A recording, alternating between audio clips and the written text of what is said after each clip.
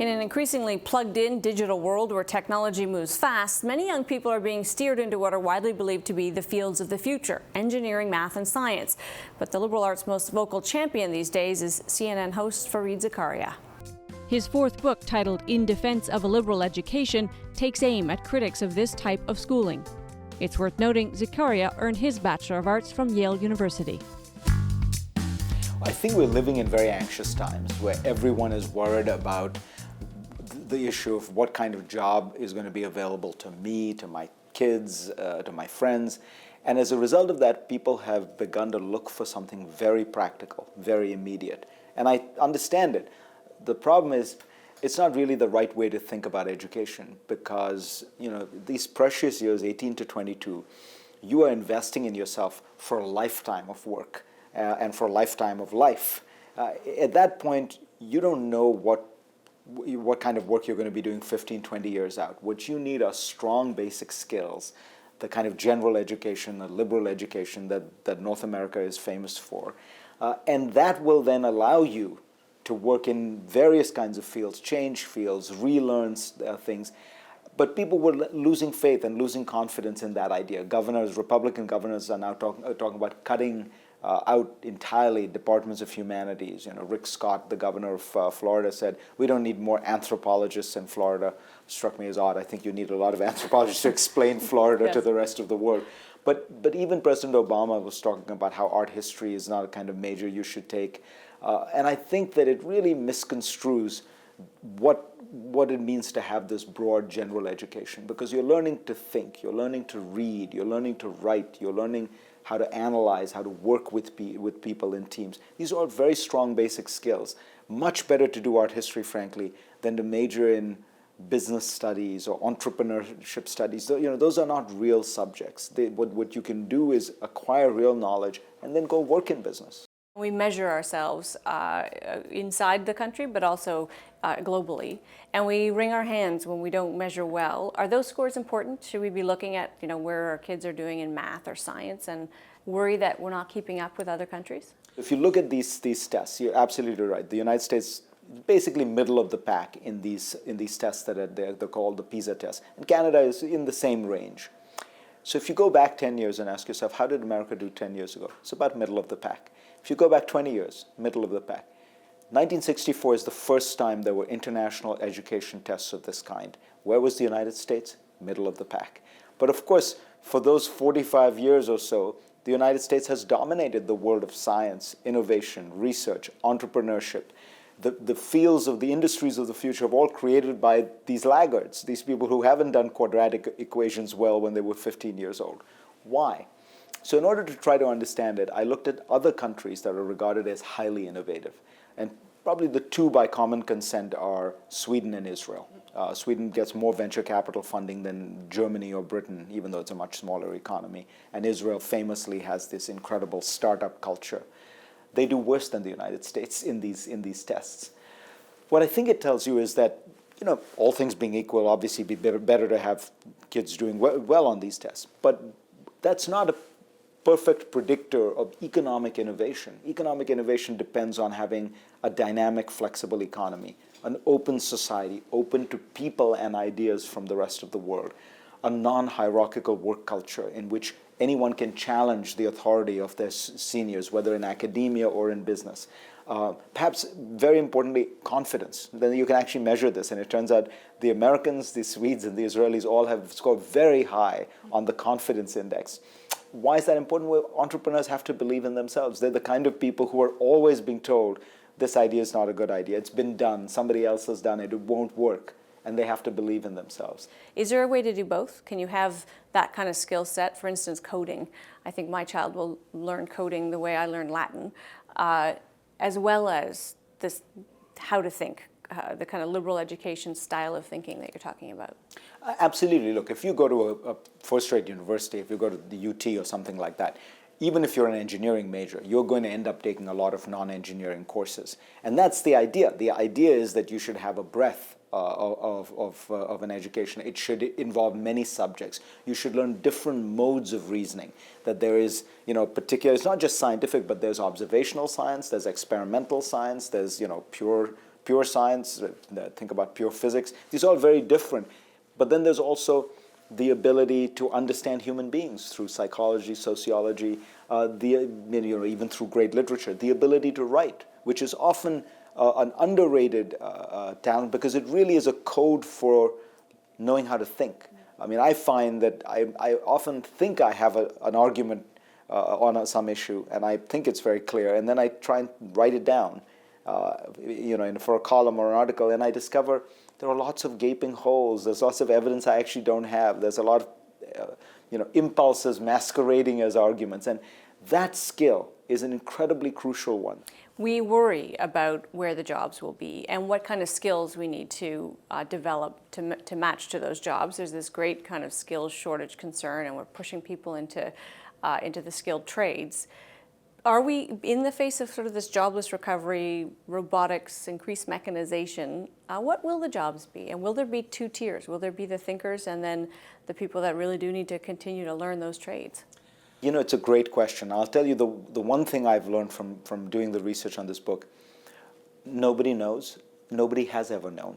The idea that we sitting here, or the government, or all these experts could figure out what the jobs of the next 25 years are going to be in the industries. I mean, if we were so smart, we would all be multi-billionaires. The truth is, think about 30 years ago. Who would have predicted that creating apps for an iPhone is going to be one of these huge multi-billion-dollar industries?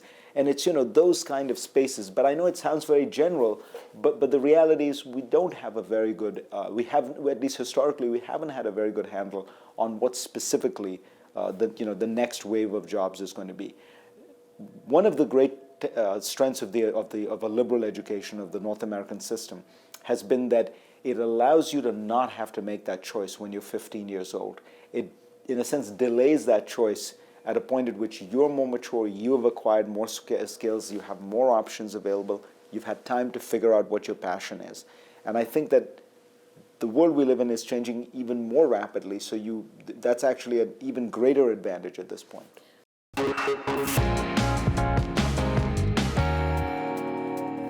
In the sphere of the 24-hour news feed, Fareed Zakaria is a multimedia renaissance man.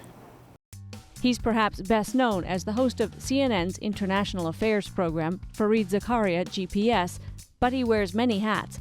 He's interviewed countless heads of state, including those who don't often speak to journalists in the West, such as Iranian President Hassan Rouhani. He's also a columnist for The Washington Post and a contributing editor to The Atlantic. His former posts include editor-at-large for Time, and he spent a decade overseeing all of Newsweek's editions abroad. I want to ask you about the field that you now occupy, and that is kind of media information being disrupted at a pace that people really didn't anticipate, I think. And it's hard to know just how fast that will, what exponential way it'll continue. What's your thought on how it's going to change and whether the gathering will still go on the same way? In other words, whether the trusted source will still be as important? Because we've seen a kind of a degradation in the last few years of the quality of information that we're getting.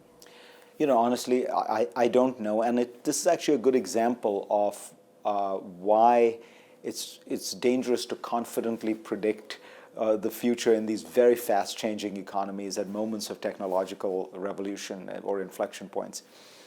Look, it seems clear to me that you've had this explosion of sources, of opportunities available to readers, to viewers, and that has produced some extraordinary opportunities, that's produced some extraordinary stuff, but it has also produced a lot of garbage. And, can people tell, can they sift between the high-quality stuff and low-quality stuff? Do they want to sift?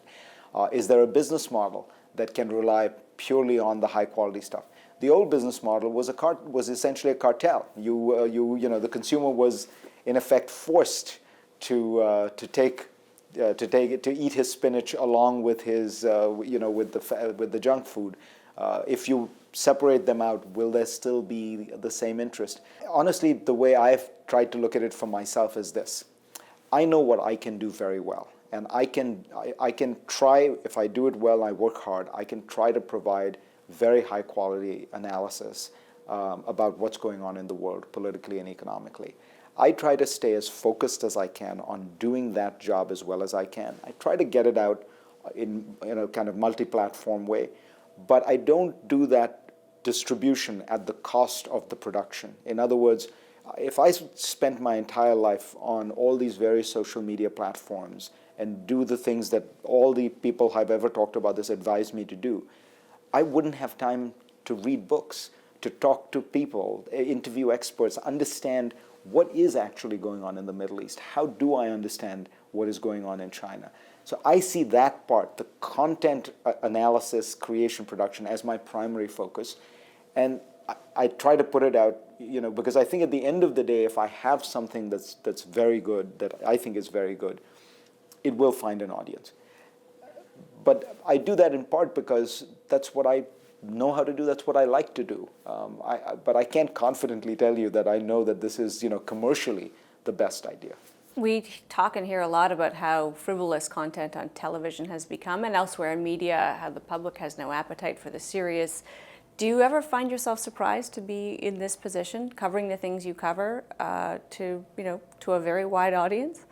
I'm stunned. I mean, I'm so lucky. I pinch myself. I really can't believe that I have this opportunity, and it's an enormous opportunity, because I really have tried to not dumb things down. I mean, I think when people say that they like my work, it's because I make it very simple for them. It's not actually true. I think that what I can do, I have been able to provide some clarity, and I can get rid of some of the clutter. But I try to provide analysis at a very high level, I think. But it is very clear, and I think that it's, to me, the most enjoyable part of this is that it fulfills one of journalism's core missions, which is really public education. In a democracy, people are smarter than they think they are. They can understand all this stuff. It's just you have to present it correctly, and you have to get their attention. And that's one of the things I've realized is you have windows. You have moments when they're thinking about the Middle East. You have moments when they're thinking about China. You have moments when they're thinking about the economy. And at that moment, you can't write about something else. You have to take that opportunity. But if you talk up to people, I think they can, first of all, they get it, and you also elevate them in their sense of themselves, and they feel smarter and better about it. So yeah, but I feel enormously privileged to be able to do what I do. Is there anything on a mental list that you haven't done yet? Any goal out there still? The one thing I'm still playing with and want to do better and learn how to do better is these longer form television reports, 1 hour documentaries, maybe even 2 hour documentaries, where you can talk about an issue for a slightly longer period of time. So I've done them on everything from healthcare to unemployment. We're doing one about ISIS. I think if I can get that formula down better, I think it's an extraordinary opportunity to educate the public about something that, the way my 15-year-old son said to me, he said, the thing about ISIS is I read about it, but I must confess I don't really think I know exactly how did it start, why did it come out of, how did it come out of nowhere, what happened, and that's essentially what the documentary tries to answer. And so if I can do that and do it well, I would love to be able to do more of it in the future. But I think it's a learning process for me as well. All right, we're going to leave it there. We appreciate your time today. Thank you so much.